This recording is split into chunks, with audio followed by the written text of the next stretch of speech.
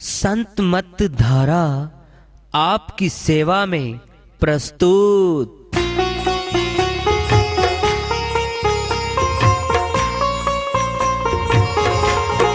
जो चाहता है प्रभु प्यारा वो आओ संत मत धारा। भक्ति भेद बता कर सारा वो कर दे भव के पारा। जो चाहता है प्रभु प्यारा वो आओ संत मत धारा। भक्ति भेद बता कर सारा वो कर दे भव के पारा। जो चाहता है प्रभु प्यारा।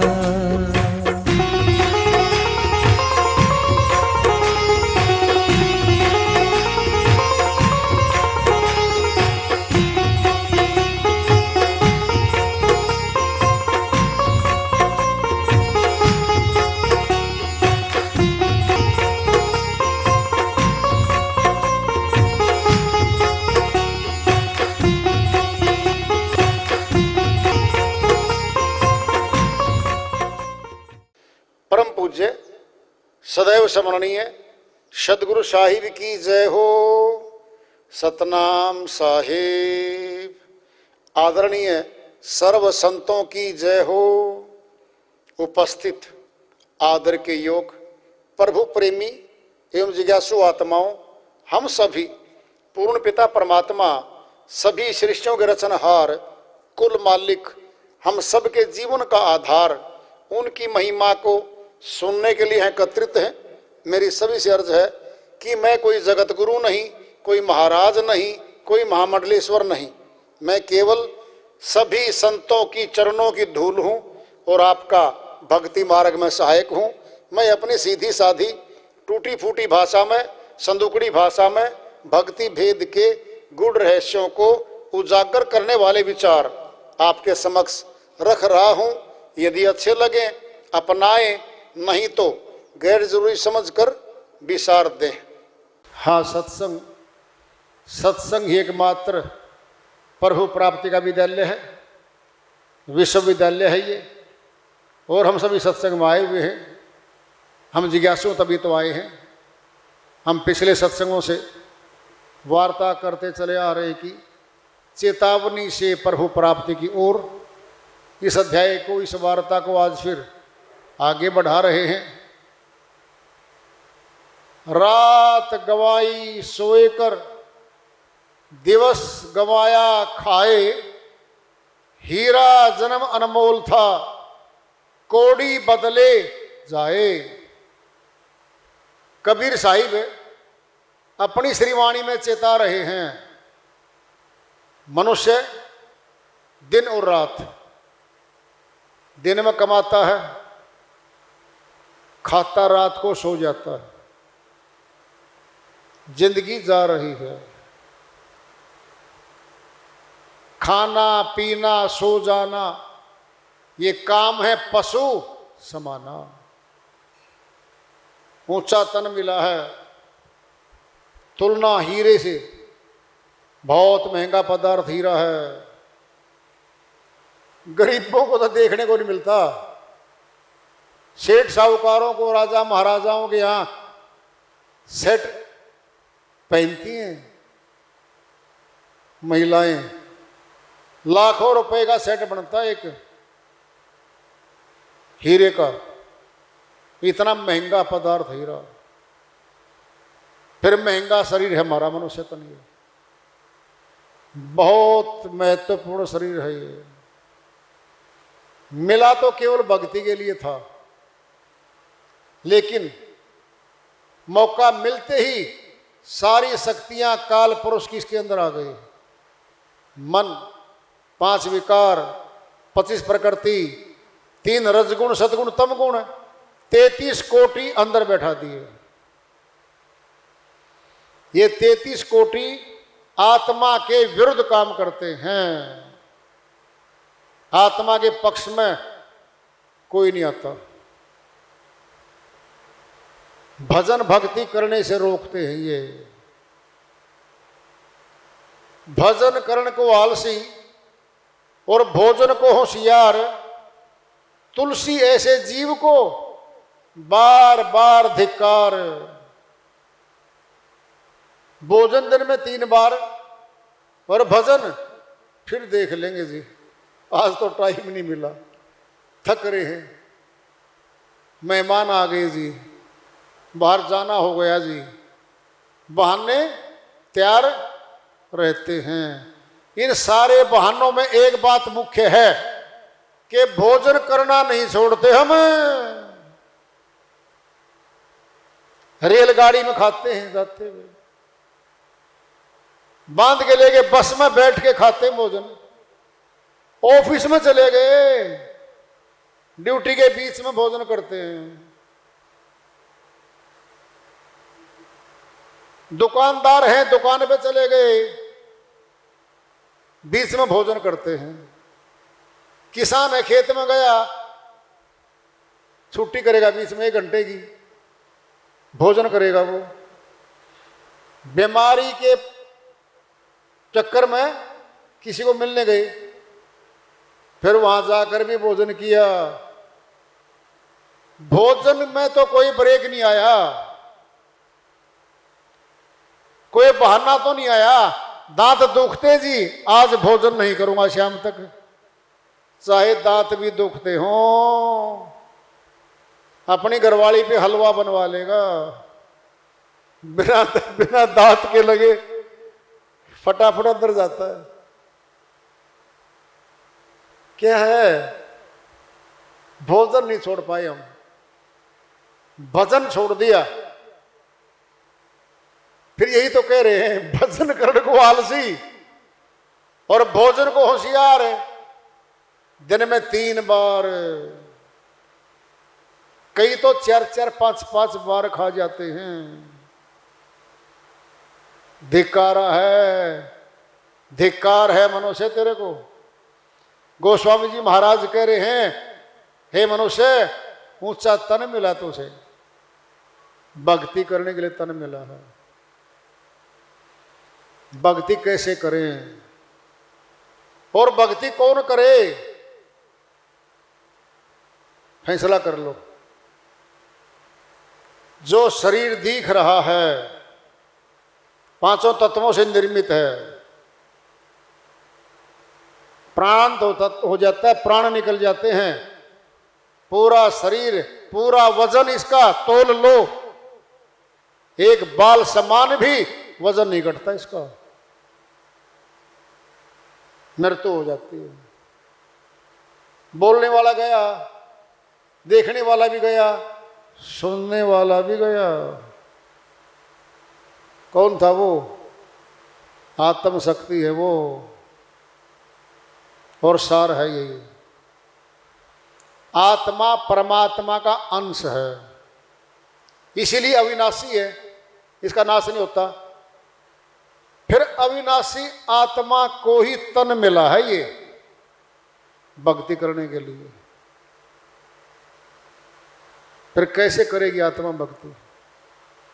कहाँ है आत्मा? पता ही नहीं चलता। भोजन करते रहते हैं, सोते रहते हैं, समय बीतता जा रहा है, कभी कोई बताने नहीं आता परिवार का, कहीं और का, या आत्मा का स्थान है। आत्मा परमात्मा की भक्ति करेगी और भाई जन्म सफल हो जाएगा। नजदीक भी नहीं आता कोई, जो भी आएंगे काम बताने आएंगे हमें, तो घर वाले हो चाहे रिश्तेदार हो चाहे मित्रगण हो। क्या कमाई कर लेता है, कितने लाख का पैकेज है, क्या क्या जोड़ लिया, कितने प्लॉट्स हो गए, गाड़ी कौन सी बदली है, ये पूछ रही। कोई नहीं पूछता कितने घंटे भक्ति करी, पूछता ही नहीं कोई। कोई नहीं पूछता, राजी खुशी ठीक ठाक। दृष्टांत पिंड में ले लो, 2 रिश्तेदार मिलते हैं शहर में, वो उधर से आया वो उधर से आया, चौक पे मिल गए, आओ जी साहब जी, वाह जी, आओ बैठते हैं, कहीं चाय पीते हैं। बैठ गए, सब ठीक है, हाँ जी बिल्कुल सब ठीक है, सब ठीक है, ऊपर ले शेरे से सब ठीक है। अब चाय पिएंगे, चुस्की लेंगे, और सुनाओ फिर। अब और सुनाओ में दुख आएंगे। क्या सुनाऊं, बड़ा बेटा तो अलग होने की सोच रहा है, 2 बच्चों की शादी बाकी अभी।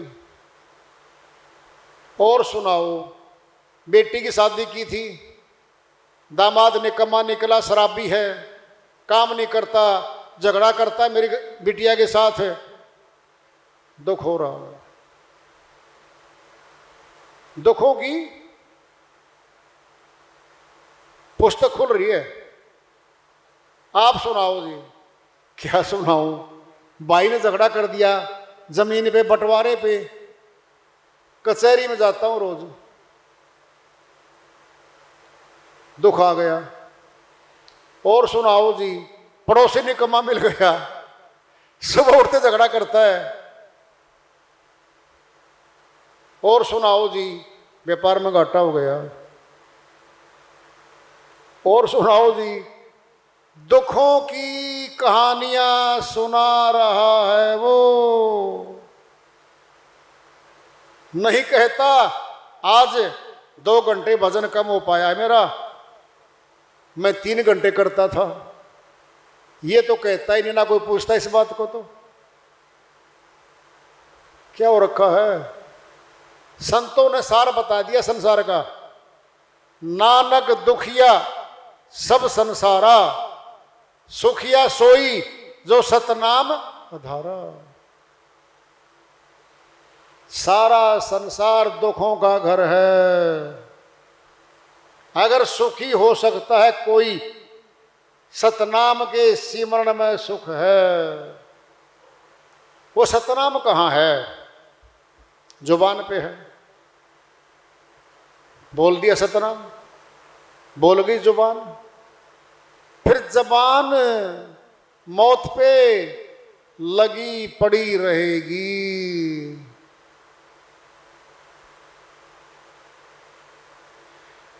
कौन है कैद में, सजा किसकी हो रखी है, होंठ की, हाथों की, पैरों की नहीं है, अंदर बैठी है शक्ति, आत्म शक्ति है।